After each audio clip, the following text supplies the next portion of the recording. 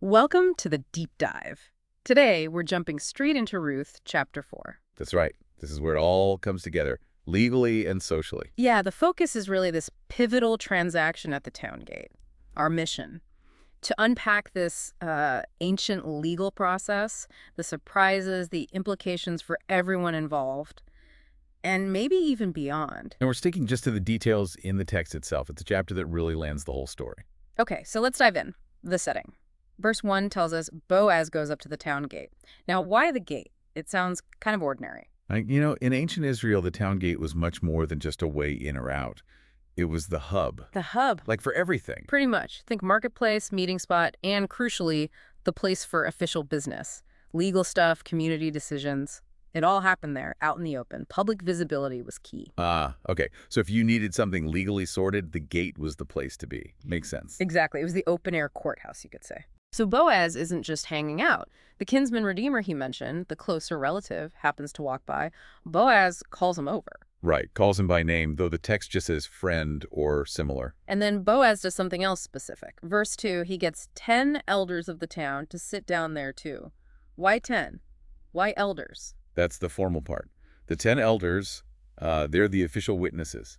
Having them there turns this from just a chat into a legally binding event. So they're like the official stamp of approval? Precisely. Their presence validates the whole proceeding according to the law. They see it, they hear it, they can vouch for it later if needed. Okay, stage set, gate, key players, official witnesses. Boaz makes his opening move. He seems pretty direct. He is. No messing around. He immediately brings up the piece of land that belonged to Naomi's husband, Elimelech. He tells the kinsman that Naomi's selling it. Yes, says she's selling it now that she's back from Moab. And importantly, he frames it around the kinsman's right to redeem it first. Right, this kinsman redeemer idea. We've touched on it, but what exactly is that responsibility again regarding property? The Goel, the kinsman redeemer, had a crucial role. It was about family solidarity. If a relative fell on hard times and had to sell ancestral land. The Goel had the first right, maybe even an obligation to buy it back. Exactly. To keep the property within the family line. It was fundamental to preserving the family's inheritance and identity. And Boaz is careful about the order here. He says in verse 4, basically, you're first in line, I'm second. Yep, he lays it out clearly. No one has the right except you, and I am next. He presents the opportunity fair and square. He basically says, step up or tell me you won't, so I know. Right. It's an offer, but also forces the kinsman to make a decision. And just based on the land deal, what's the kinsman's first reaction? Immediate and positive. Verse 4 ends with him saying, I will redeem it. Sounds like he's keen, thinking purely about the land. Okay, looks like a done deal. Land transactions sorted. But then Boaz drops the other shoe, doesn't he? The big twist. This is where it gets really interesting. Boaz adds a condition. He says essentially, okay, but the day you buy the land from Naomi. And from Ruth the Moabitess, he adds her in. Yes. Crucially, you also acquire Ruth, the widow of the deceased Mahlon, to maintain the name of the dead with his property. Whoa, hang on. So buying the land now explicitly means taking Ruth too, as part of the deal? That's the link Boaz makes. Acquiring the land means acquiring the widow. And the stated reason is specific.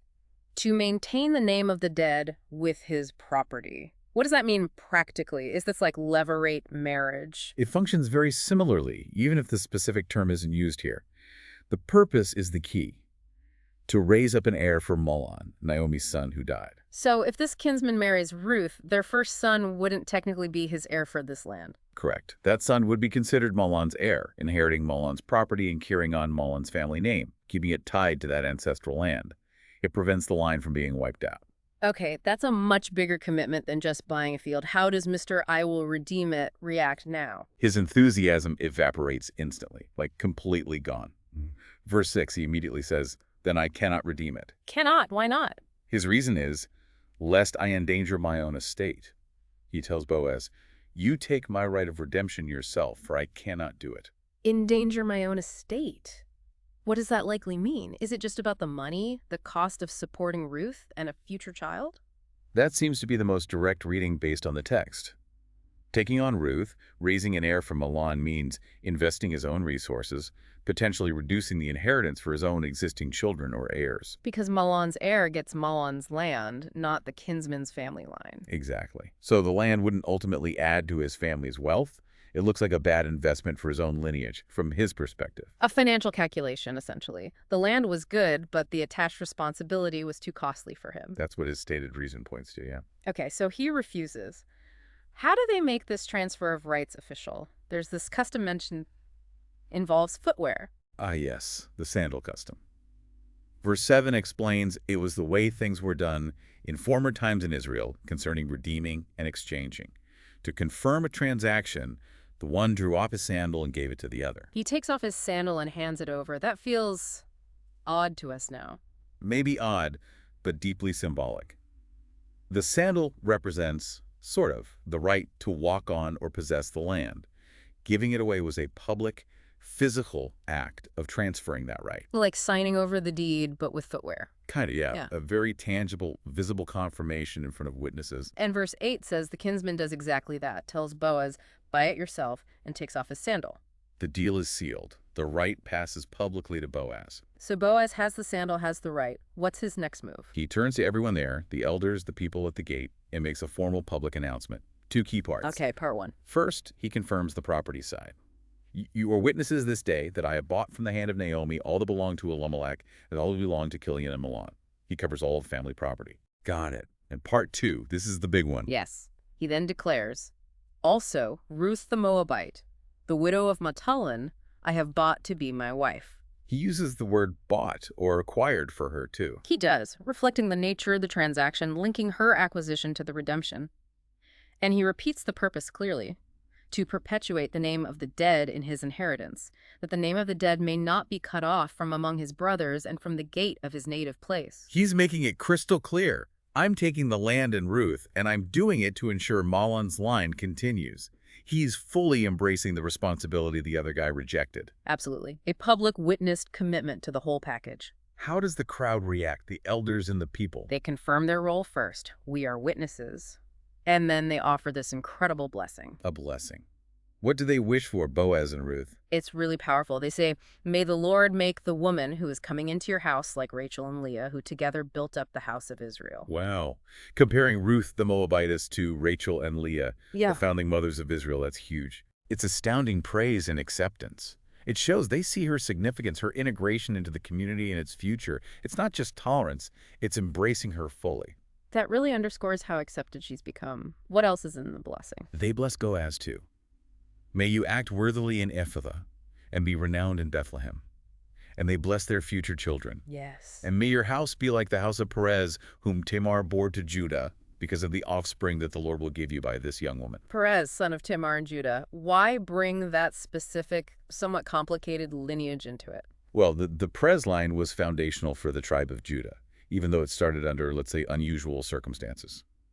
Referencing Perez suggests that this union, too, despite any perceived irregularities, is destined to be fruitful and significant for Judah's lineage.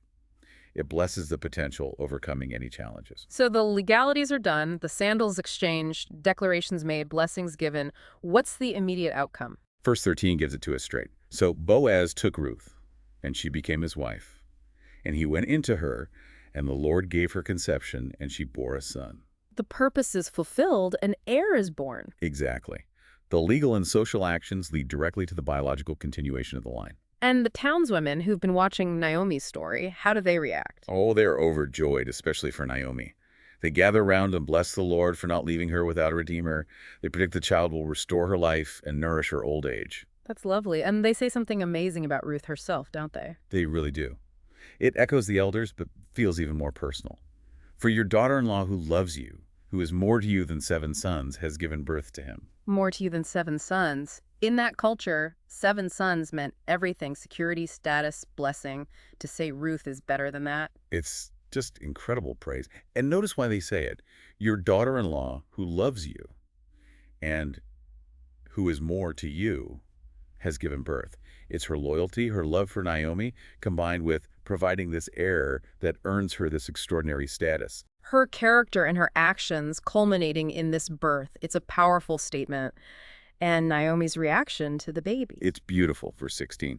Then Naomi took the child and laid him on her lap and became his nurse. She embraces him, cares for him. It's like she's physically holding the restoration of her family. Holding her future, which she thought was gone, Mm. and the women give the child a name. Yes, the neighboring women name him Obed. And then comes the line that connects this whole personal drama to the grand sweep of history. Right here at the end. Right here, verse 17 concludes, he was the father of Jesse, the father of David. Boom. Obed, grandfather of King David. This child, born out of Moabite loyalty, Israelite law, and Boaz's integrity, is directly in the line of Israel's greatest king. That's the kicker. It elevates the whole story. And the chapter doesn't just say it, it lays out the genealogy to prove it. Verses 18 to 22, yeah. Tracing the line from Perez, who they mentioned in the blessing. All the way down. Perez, Hezron, Ram, Amminadab, Nahshon, Salmon. Salmon fathered Boaz, Boaz fathered Obed, Obed fathered Jesse, Jesse fathered David. It locks it in. That genealogy isn't just a list, it's the confirmation. It shows how this specific story, this legal process at the gate, the inclusion of Ruth, the birth of Obed, how it all feeds directly into the establishment of the Davidic line, central to Israel's future. What a journey for one chapter. From a legal negotiation about land and sandals, To the birth of a baby who secures not just one family's future, but links into the lineage of royalty. it really shows how these, I guess, seemingly dry legal customs and personal choices can have massive ripple effects. Absolutely. The law provided the framework, but it was the integrity and loyalty of the people within that framework. Ruth's devotion, Boaz stepping up, that led to this outcome, blessed by the community, Yeah. and it seems by God. So thinking about this whole chapter, the intricate rules, the personal costs the first kinsman wasn't willing to pay, Boaz's willingness, what does it suggest about, I don't know, the interplay between following the rules, personal character, and maybe destiny? It's fascinating, isn't it?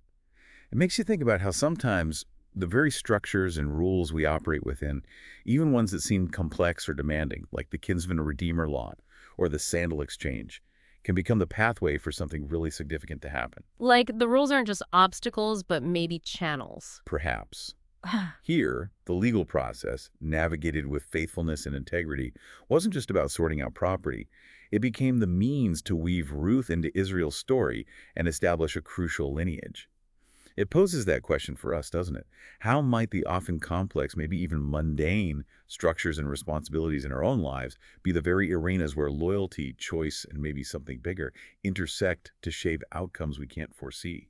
What becomes possible when we navigate those things with principle,